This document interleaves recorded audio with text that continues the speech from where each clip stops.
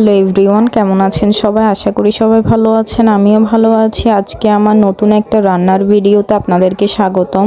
আজকে আমি রান্না করব লইট্টা মাছ। আমাদের ভাষায় এটাকে লইট্টা মাছই বলে। মাছটা রান্না করার জন্য প্রথমে আমি তেলে পেঁয়াজ দিয়েছি।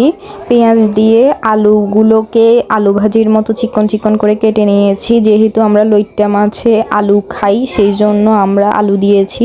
এটাতে কিন্তু আলু ছাড়াও খাওয়া যায়। আলুর মধ্যে লবণ আর হলুদ দিয়ে কিছুক্ষণ আলুটাকে ভেজে নিয়েছি আলু ভাজির মতো। এরপর আমি মাছটা দিয়ে দিয়েছি। মাছটাতেও হালকা করে লবণ, হলুদ, মরিচ আগে থেকে একটু মেখে রেখেছিলাম। তারপর আমি মাছটা দিয়ে দিয়েছি।